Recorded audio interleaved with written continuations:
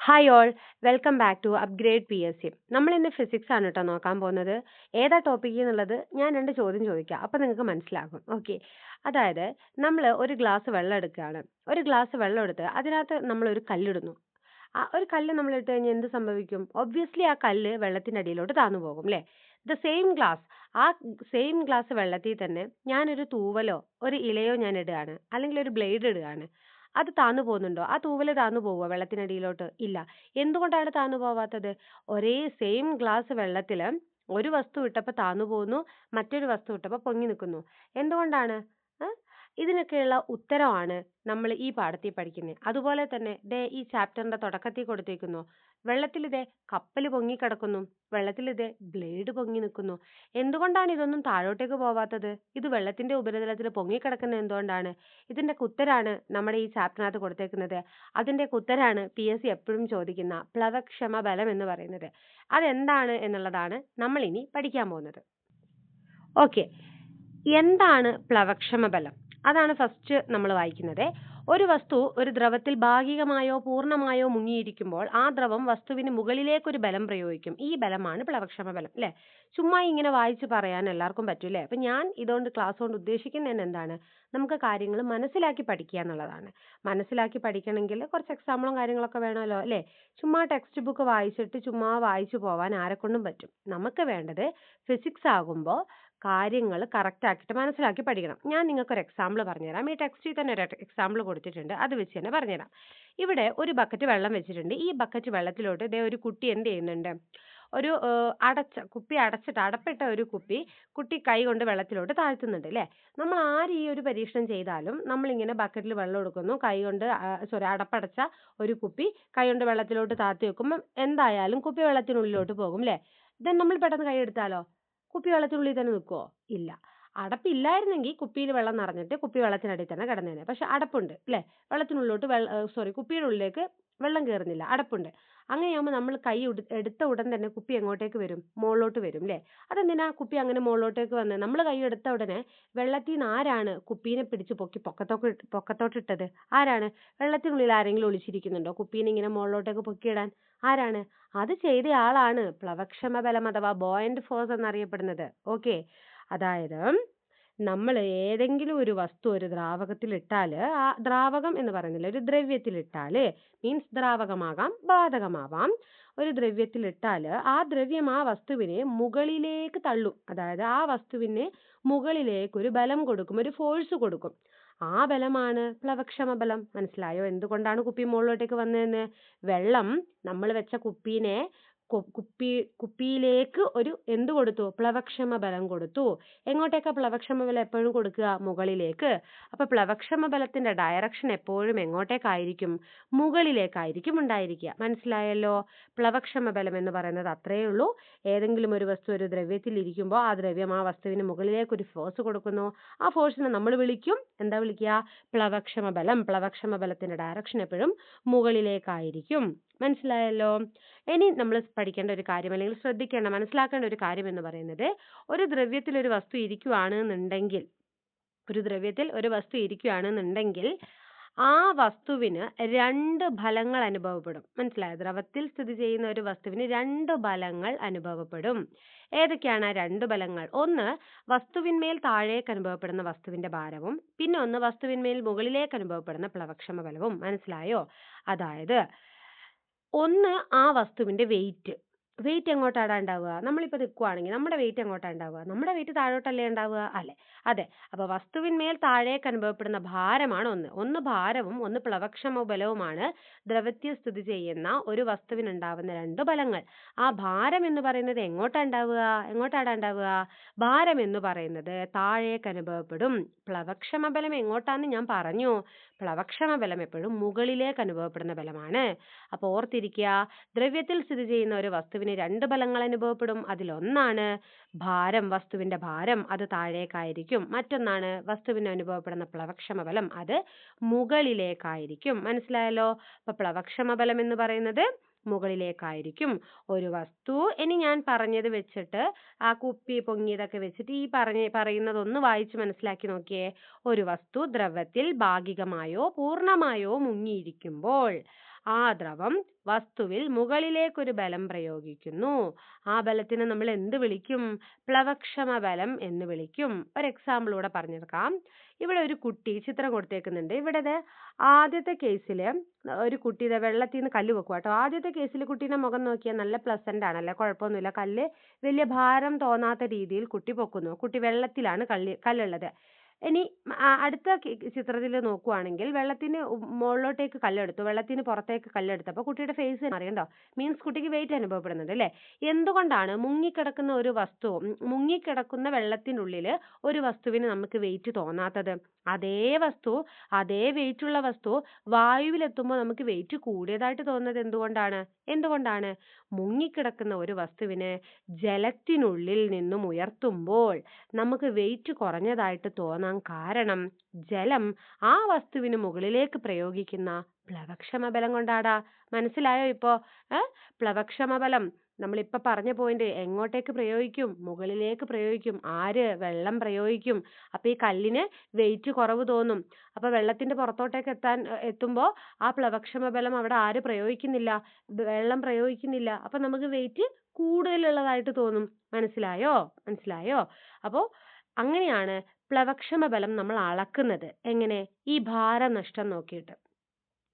എത്രയാണോ ഭാരനഷ്ടം വരുന്നത്, മീൻസ് എയറിൽ ഇതിന് എത്ര വെയിറ്റ് ഉണ്ട്, വെള്ളത്തിൽ ഇതിന് എത്ര വെയിറ്റ് ഉണ്ട്, ആ ഭാരനഷ്ടം എത്രയാണോ വരുന്നത് അതനുസരിച്ചാണ് നമ്മൾ പ്ലവക്ഷമ ബലം അളക്കുന്നത്. മനസ്സിലായോ? ഓക്കെ. അതാണ് നമുക്കിവിടെ ടെക്സ്റ്റിൽ അടുത്ത കൊടുത്തിട്ടുള്ള ടോപ്പിക്ക്, പ്ലവക്ഷമ ബലം അളക്കാം എന്ന് പറഞ്ഞിട്ട്. അതൊന്നുമില്ല, പ്ലവക്ഷമ ബലം നമ്മൾ അളക്കുന്നത് എപ്പോഴും എന്തുകൊണ്ടാണ് പ്ലവക്ഷമ ബലം നമ്മൾ അളക്കുന്നത്? ഭാരനഷ്ടം കൊണ്ടാണ് അളക്കുന്നത്. ഭാരനഷ്ടം, എത്ര ഭാരനഷ്ടമാണ് വന്നത് എന്ന് പറയുമ്പോൾ എയറിൽ ഒരു വസ്തുവിന് 100 ന്യൂട്ടൺ ബലമുണ്ട് അല്ലെങ്കിൽ വെയിറ്റ് ഉണ്ട് എന്നുണ്ടെങ്കിൽ അത് വെള്ളത്തിൽ നമ്മൾ പൊക്കുമ്പോൾ അതിന് 80 ന്യൂട്ടണേ തോന്നുന്നുള്ളൂ എന്നുണ്ടെങ്കിൽ അവിടെ അപ്ലൈ ചെയ്ത പ്ലവക്ഷമ ബലം കൊണ്ടാണ് 100 എന്നുള്ള ബലം 80 കുറഞ്ഞത്. അപ്പൊ അവിടുത്തെ പ്ലവക്ഷമ ബലം എത്രയാണ്? 20 ന്യൂട്ടൺ ആണ്. മനസ്സിലായോ? 20 ന്യൂട്ടൺ ആണ്. പറഞ്ഞത് മനസ്സിലായില്ലേ? സിമ്പിൾ അല്ലേ? പ്ലവക്ഷമ ബലം അളക്കുന്നത് എന്തുകൊണ്ടാണ്? ലോസ് ഓഫ് വെയിറ്റ് കൊണ്ടാണ്, ഭാരനഷ്ടം കൊണ്ടാണ്. അതുപോലെ വെയിറ്റ് ഇൻ എയർ എന്താണത്? വസ്തുവിന്റെ എയറിലെ വെയിറ്റിനെ വസ്തുവിന്റെ ദ്രവത്തിലെ വെയിറ്റിൽ നിന്നും മൈനസ് ചെയ്താൽ നമുക്ക് അവിടെ കിട്ടുന്നത് എന്താണ്? പ്ലവക്ഷമ ബലമാണ് കിട്ടുന്നത്. ഓക്കെ, ഒരു എക്സാമ്പിളായിട്ട് ഒന്നുകൂടെ ഞാൻ പറഞ്ഞുതരാം. ഇപ്പൊ നമ്മളൊരു ബീക്കർ എടുത്തു. ഈ ബീക്കറിനകത്ത് വെള്ളമുണ്ട്. നമ്മൾ അതിലൊരു കല്ലുണ്ട് കേട്ടോ. ഇവിടെയാണ് കല്ലുള്ളത്. ഈ കല്ല് നമ്മൾ ഇവിടുന്ന് പൊക്കുമ്പോൾ ഞാൻ നേരത്തെ പറഞ്ഞ പോലെ ഇപ്പൊ 100 വേണ്ട, നമുക്ക് 150 ആക്കാം. 150 ന്യൂട്ടൺ ഉണ്ടെന്ന് കരുതുക. ഇത് ഈ വെള്ളത്തിൽ നിന്ന് പൊക്കുമ്പോൾ ദ സെയിം കല്ലാണ്. നമ്മൾ വെള്ളത്തിൽ നിന്ന് പൊക്കുമ്പോൾ നമുക്ക് 100 തോന്നുന്നുള്ളൂ, 100 ന്യൂട്ടണേ വെയിറ്റ് ഉള്ളൂ എന്ന് പറയുമ്പോൾ ഈ തോന്നിയ ഭാരക്കുറവാണ് എന്ത്? പ്ലവക്ഷമ ബലം എന്ന് പറയുന്നത്. എത്രയാ? 50 ന്യൂട്ടൺ ആണ് പ്ലവക്ഷമ ബലം എന്ന് പറയുന്നത്.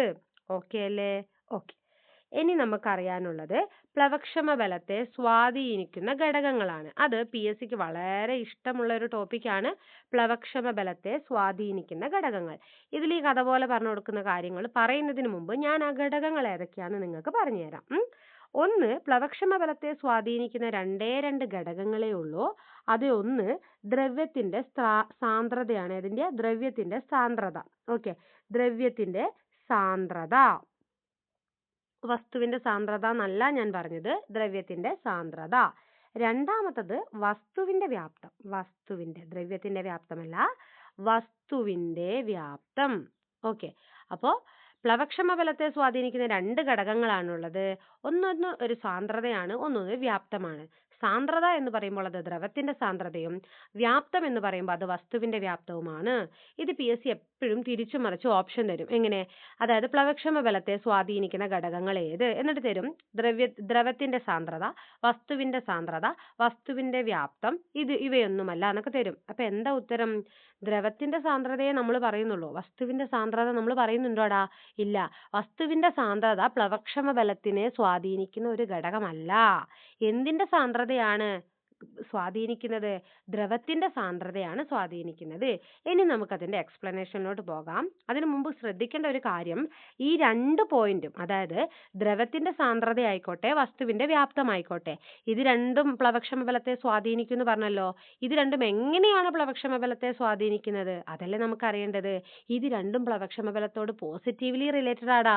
അതായത് സാന്ദ്രത കൂടിയാലും, ദ്രവത്തിന്റെ സാന്ദ്രത കൂടിയാലും വസ്തുവിന്റെ സാന്ദ്രത കൂടിയാലും വസ്തുവിന്റെ വ്യാപ്തം കൂടിയാലും പ്ലവക്ഷമ ബലം കൂടും. ഇനി ഇത് കുറഞ്ഞാലോ? പ്ലവക്ഷമ ബലം കുറയും. ഇവര് ഭയങ്കര തിക്ക് കൂട്ടുകാരാണ്, ഭയങ്കര ഫ്രണ്ട്സ് ആണ്. ദ്രവത്തിന്റെ സാന്ദ്രത കൂടിയെന്ന് കരുതുക, അപ്പൊ പറയും പ്ലവക്ഷമ ബലം ഹായ് സാർ ഞാനും കൂടിയിട്ടുണ്ട്. അപ്പോൾ നേരെ മറിച്ച് ഇനി വസ്തുവിന്റെ വ്യാപ്തം കൂടിയിട്ടുണ്ടെങ്കിലോ അപ്പോഴും പറയും ഞാനും വന്നിട്ടുണ്ട്, ഞാനും കൂടിയിട്ടുണ്ട്. ഇത് രണ്ടും പോസിറ്റീവ്ലി റിലേറ്റഡ് ആണ്, ഓർത്തിരിക്കണം. ഇനി നമുക്ക് നോക്കാം. ഇവിടെ ടെക്സ്റ്റ് ബുക്കിൽ കൊടുത്തേക്കുന്നത് ഒരു ബീക്കറിൽ സാധാരണ വെള്ളം കൊടുത്തിട്ടുണ്ട്, ഒരു ബീക്കറിൽ ഉപ്പ് വെള്ളവും ഒരു ബീക്കറിൽ മണ്ണെണ്ണയും കൊടുത്തിട്ടുണ്ട്. നമ്മൾ പറഞ്ഞു പ്ലവക്ഷമ ബലത്തെ സ്വാധീനിക്കുന്ന ഒരു ഘടകമാണ് ദ്രവത്തിന്റെ സാന്ദ്രത, അല്ലെ? ഇവിടെ കൊടുത്തിരിക്കുന്നത് 3 ദ്രാവകങ്ങളല്ലേ? ജലം, ഉപ്പുവെള്ളം, മണ്ണെണ്ണ എന്ന് പറയുന്നത് 3 ടൈപ്പ് ദ്രാവകങ്ങളല്ലേ? അപ്പൊ ഇതിന്റെ എന്ത് മാറ്റം ഉണ്ടാകും? സാന്ദ്രതയിൽ മാറ്റം ഉണ്ടാവില്ലേ?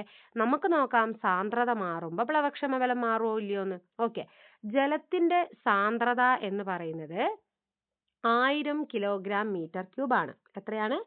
1000 കിലോഗ്രാം മീറ്റർ ക്യൂബ് ആണ് ജലത്തിൻ്റെത്. ഉപ്പുവെള്ളത്തിൻ്റെതാണട്ടെ 1025ഉം 1025ഉം മണ്ണെണ്ണയുടേത് 810ഉമാണ്. മണ്ണെണ്ണയുടേത് 810ഉമാണ്. ഓക്കെ, ഈ ഉപ്പുവെള്ളത്തിന് എന്തോ പ്രശ്നമുണ്ട്, ഞാൻ എഴുതുമ്പോൾ തെറ്റിപ്പോകുന്നു. ഓക്കെ, എന്തായാലും ഈ സൈഡിൽ കൊടുത്തിട്ടുണ്ട്, അത് നോക്കണം. ജലത്തിന് 1000, മണ്ണെണ്ണ 810, ഉപ്പുവെള്ളം 1025. അപ്പൊ ഇതിൽ ഏതിനാണ് സാന്ദ്രത കൂടുതലായിട്ടുള്ളത്? സാന്ദ്രത കൂടുതലുള്ള ഉപ്പുവെള്ളത്തിനല്ലേ? ഉപ്പുവെള്ളത്തിന് എത്രയുണ്ട്? 1025 ഉണ്ട്. ഞാൻ എഴുതി. മണ്ണെണ്ണയ്ക്കോ 810 ഉള്ളൂ. ജലത്തിനോ 1000. ഓക്കെ, അപ്പൊ ഉപ്പുവെള്ളത്തിന് സാന്ദ്രത കൂടുതലാണ് എന്ന് പറയുമ്പോൾ അതിന്റെ അർത്ഥം എന്താ? ഈ കല്ല്, സെയിം കല്ലാണ് 3 വെള്ളത്തിൽ ഇടാൻ പോകുന്നത്. അപ്പൊ ഈ കല്ല് ഉപ്പ് വെള്ളത്തിൽ ഇടുമ്പം എന്ത് കൂടുതലായിരിക്കും? പ്ലവക്ഷമ ബലം കൂടുതലായിരിക്കും. കാരണം എന്തുകൊണ്ടാണ്? ഉപ്പുവെള്ളത്തിന് എന്ത് കൂടുതലാണ് നമ്മൾ പറഞ്ഞു? സാന്ദ്രത കൂടുതലാണ്. സാന്ദ്രത കൂടിയ എന്ത് കൂടുവടാ?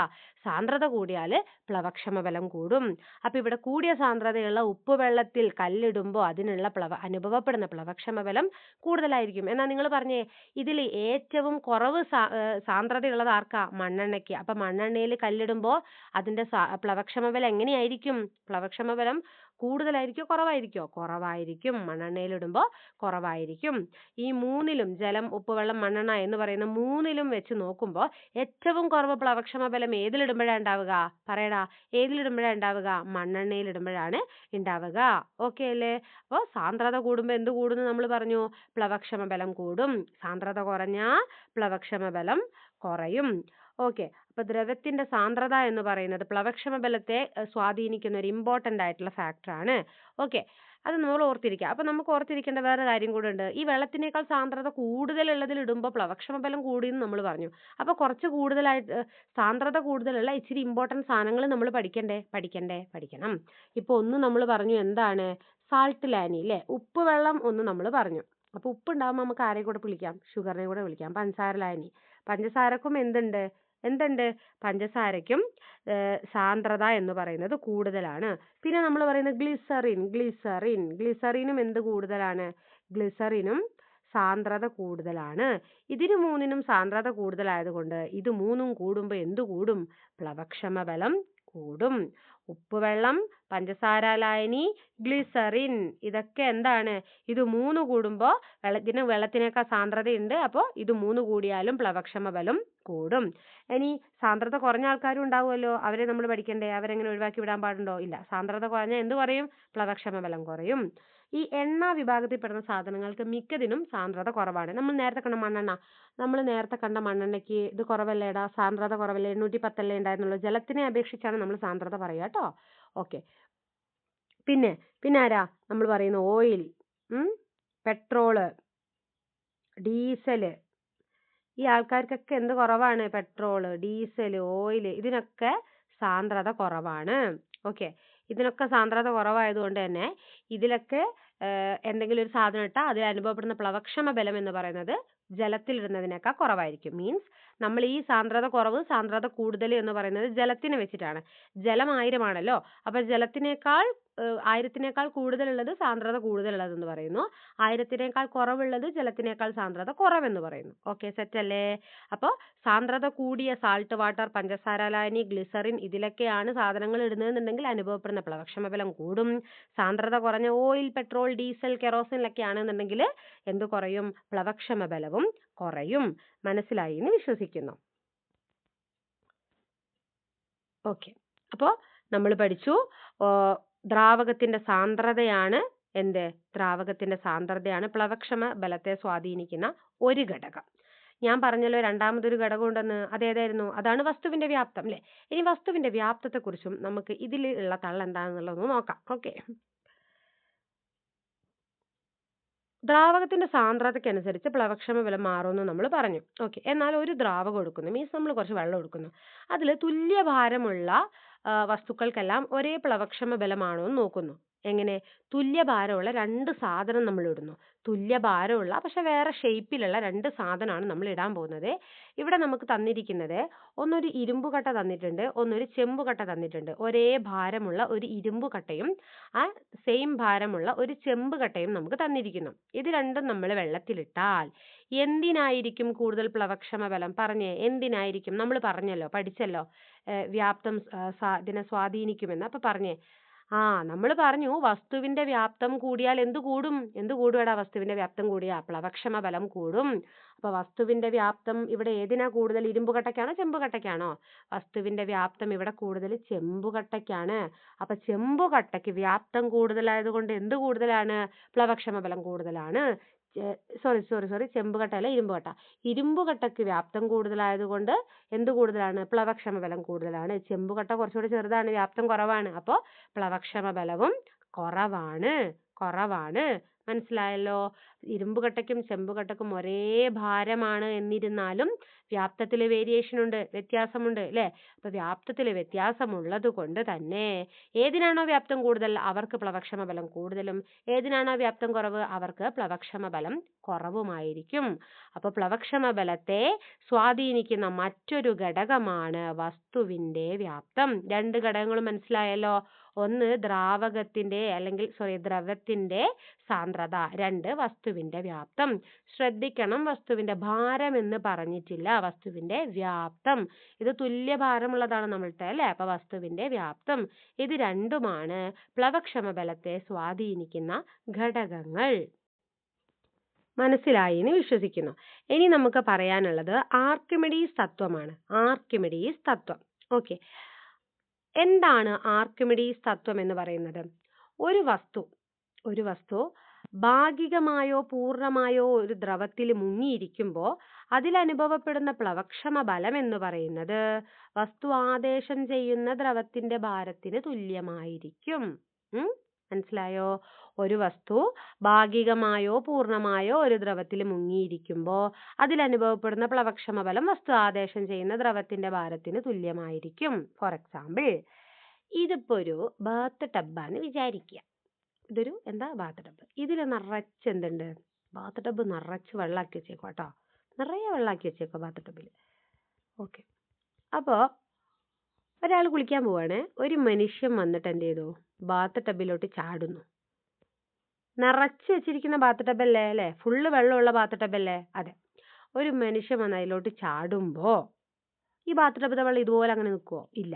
കുറച്ച് വെള്ളം എങ്ങോട്ട് ചെയ്യും? പുറത്തോട്ടേക്ക് പോകും അല്ലേ? കുറച്ച് വെള്ളം പുറത്തേക്ക് പോകും. ആ പുറത്തേക്ക് പോകുന്ന വെള്ളം എന്തായിരിക്കും? ആ പുറത്തേക്ക് പോകുന്ന വെള്ളം എത്രയാണോ ആ വെള്ളത്തിന്റെ ഭാരത്തിന് തുല്യമായിരിക്കും ഇവിടെ ഇയാൾക്ക് കിട്ടുന്ന പ്ലവക്ഷമ ബലം. മനസ്സിലായോ? ഓക്കെ അല്ലേ? മനസ്സിലായില്ലേ?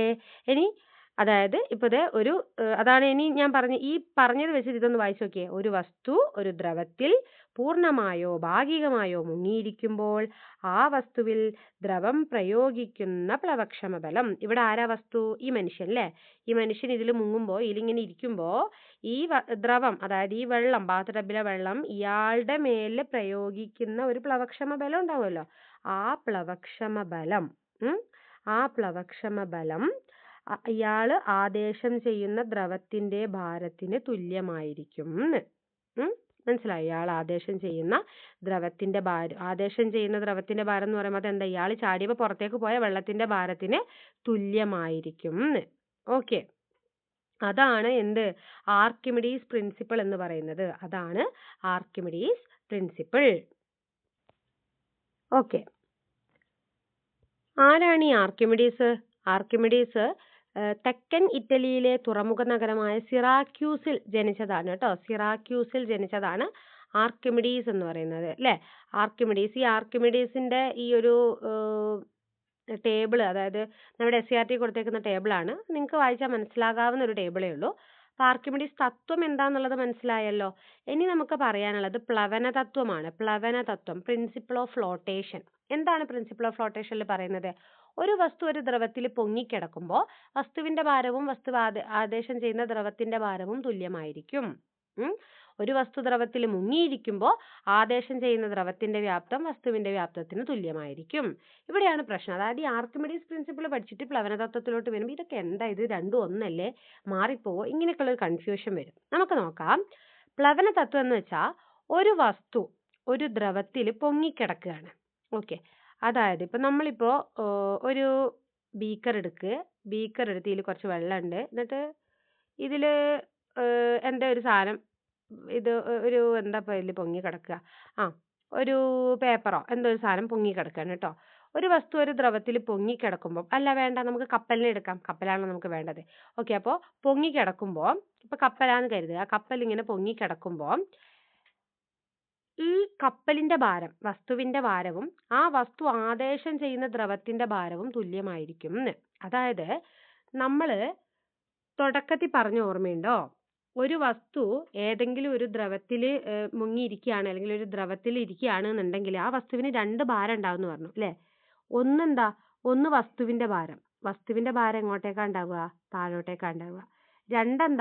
രണ്ടാണ് എന്ത്, പ്ലവക്ഷമ ബലം അല്ലേ, പ്ലവക്ഷമ ബലം. ഇതെങ്ങോട്ടേക്കാ ഉണ്ടാവുക, മുകളിലോട്ടേക്കാ ഉണ്ടാവുക അല്ലേ.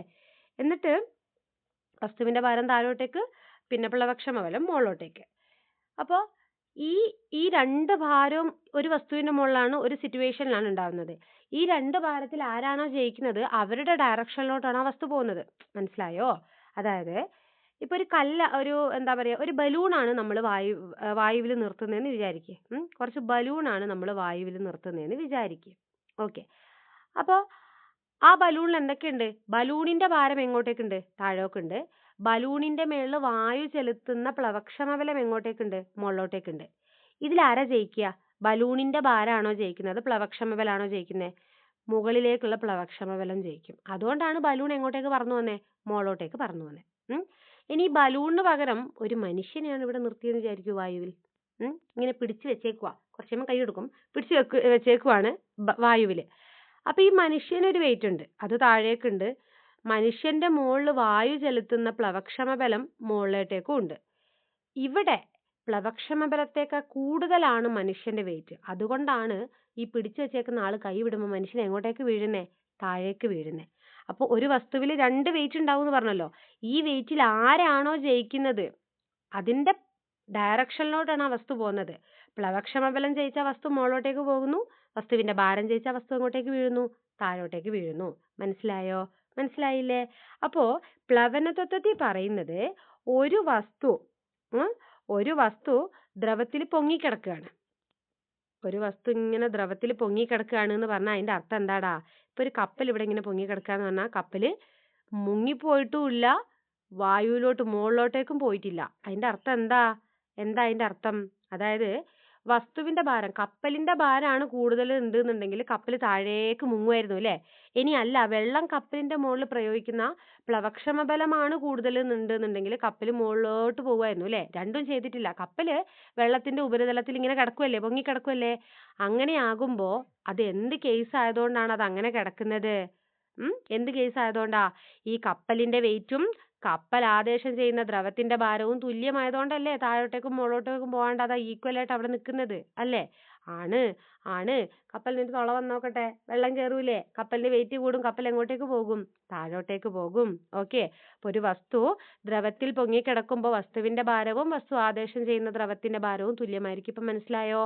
ആദേശം ചെയ്യുന്ന ദ്രവം എന്ന് പറയുമ്പോൾ ഈ വസ്തു അവിടെ വന്ന് നിൽക്കുമ്പോൾ കുറച്ച് വെള്ളം അപ്പുറത്തേക്കും ഇപ്പുറത്തേക്കൊക്കെ പോകില്ലേ? അതിനെയാണ് പറയുന്നത് കേട്ടോ. ഓക്കെ. ഇനി ഇത് പൊങ്ങിക്കിടക്കുമ്പോഴുള്ള കാര്യം. ഇനി ഒരു വസ്തു ദ്രവത്തിൽ മുങ്ങിയിരിക്കുകയെന്ന് വിചാരിക്കുക. ഒരു വസ്തു ഒരു ദ്രവത്തിൽ മുങ്ങിയിരിക്കുമ്പോൾ അത് ആദേശം ചെയ്യുന്ന ദ്രവത്തിന്റെ വ്യാപ്തം വസ്തുവിന്റെ വ്യാപ്തത്തിന് തുല്യമായിരിക്കും. ഒരു വസ്തു എന്താ പറഞ്ഞത്? ഒരു വസ്തു ദ്രവത്തിൽ മുങ്ങിയിരിക്കുകയാണ് എന്നുണ്ടെങ്കിൽ ആ വസ്തു ആദേശം ചെയ്യുന്ന ദ്രവത്തിന്റെ വ്യാപ്തം വസ്തുവിന്റെ വ്യാപ്തത്തിന് തുല്യമായിരിക്കും. ഓക്കെ. പ്ലവക്ഷമ ബലത്തിനെ സ്വാധീനിക്കുന്ന ഘടകമാണല്ലോ വസ്തുവിന്റെ വ്യാപ്തം. അത് വെച്ചാണ് ആ പോയിന്റ്. ഒരു വസ്തു ഒരു ദ്രവത്തിൽ മുങ്ങിയിരിക്കുമ്പോൾ ആ വസ്തു ആദേശം ചെയ്യുന്ന ദ്രവത്തിന്റെ വ്യാപ്തം ആ വസ്തുവിന്റെ വ്യാപ്തത്തിന് തുല്യമായിരിക്കും. അത് നമുക്ക് എങ്ങനെ ഓർക്കാടാ? അതായത് ഇപ്പൊ ഒരു ബക്കറ്റ് നിറയെ നമ്മൾ കുളിക്കാൻ വെള്ളം കൊണ്ടുവച്ചേക്കും കേട്ടോ. കുളിക്കാൻ വെള്ളം കൊണ്ടുവച്ചേക്കും. അപ്പൊ നമ്മൾ കൊണ്ടുപോയിട്ട് എന്ത് ചെയ്തോ, അതില് ഇങ്ങനെ ആകൃതിയിലുള്ള ഒരു കപ്പ് അങ്ങോട്ട് അതിലോട്ട് താത്തി. നമ്മളൊരു കപ്പ് അതിലോട്ട് താത്തി. അപ്പൊ എന്ത് ചെയ്യും? കപ്പ് അതിലോട്ട് ഇങ്ങനെ കപ്പിൽ വെള്ളം നിറഞ്ഞു കഴിഞ്ഞ് പിന്നെ കപ്പ് അതിലോട്ട് താന്ന് പോകുന്നതോടുകൂടെ കുറച്ച് വെള്ളം ബക്കറ്റിൽ നിന്ന് പുറത്തേക്ക് ചാടും. അപ്പോ ആ ഒരു വസ്തു ദ്രവത്തിൽ മുങ്ങിയിരിക്കുമ്പോൾ എന്ന് പറയുമ്പോൾ ഈ കപ്പ് ഈ ബക്കറ്റിലെ വെള്ളത്തിൽ മുങ്ങിയിരിക്കുമ്പോൾ ആ കപ്പ് ആദേശം ചെയ്ത ദ്രവത്തിന്റെ വ്യാപ്തം, ആ കപ്പ് വെള്ളത്തിൽ മുക്കിയപ്പോൾ പുറത്തേക്ക് പോയ വെള്ളത്തിന്റെ വ്യാപ്തം എന്ന് പറയുന്നത് ഈ വെള്ളത്തിൽ നമ്മൾ മുക്കി വെച്ചിരിക്കുന്ന കപ്പിന്റെ വ്യാപ്തത്തിന് തുല്യമായിരിക്കും എന്ന് മനസ്സിലായോ? ഇത്രയേ ഉള്ളൂ. ഇതാണ് പ്രിൻസിപ്പിൾ ഓഫ് ഫ്ലോട്ടേഷൻ, പ്ലവന തത്വം എന്ന് പറയുന്നത്. ഓക്കെ. അപ്പൊ ഇത്രയും നമ്മൾ ഇന്ന് ഈ ക്ലാസ്സിൽ പറഞ്ഞിട്ടുള്ളൂ. എന്താണ് പ്ലവക്ഷമ ബലം, എങ്ങനെയാണ് പ്ലവക്ഷമ ബലം അളക്കുന്നത്, അതിനെ സ്വാധീനിക്കുന്ന 2 ഘടകങ്ങൾ പറഞ്ഞു. അത് ഇമ്പോർട്ടന്റ് ആണ്. ഒന്ന് ദ്രവത്തിന്റെ സാന്ദ്രതയും ഒന്ന് വസ്തുവിന്റെ വ്യാപ്തവും. രണ്ടും പ്ലവക്ഷമ ബലവുമായിട്ട് പോസിറ്റീവ്ലി റിലേറ്റഡ് ആണ്. കൂടുമ്പോൾ കൂടുന്നു, കുറയുമ്പോൾ കുറയുന്നു. പിന്നെ നമ്മൾ പറഞ്ഞത് ആർക്കിമിഡീസ് പ്രിൻസിപ്പിളും പ്ലവന തത്വമാണ്. ഇത്രയേ ഉള്ളൂ. ഓക്കെ. അപ്പൊ നിങ്ങൾ ചെയ്യേണ്ട കാര്യം, ക്ലാസ്സുകൾ ഇഷ്ടമാവുകയാണെന്നുണ്ടെങ്കിൽ എന്ത് ചെയ്യണം? ചാനൽ ഒന്ന് സബ്സ്ക്രൈബ് ചെയ്യണം. കമന്റ്സും ലൈക്കൊക്കെ ആയിട്ട് നിങ്ങളുടെ സപ്പോർട്ട് ഒന്ന് അറിയിക്കുക. ഓക്കെ. Thank you.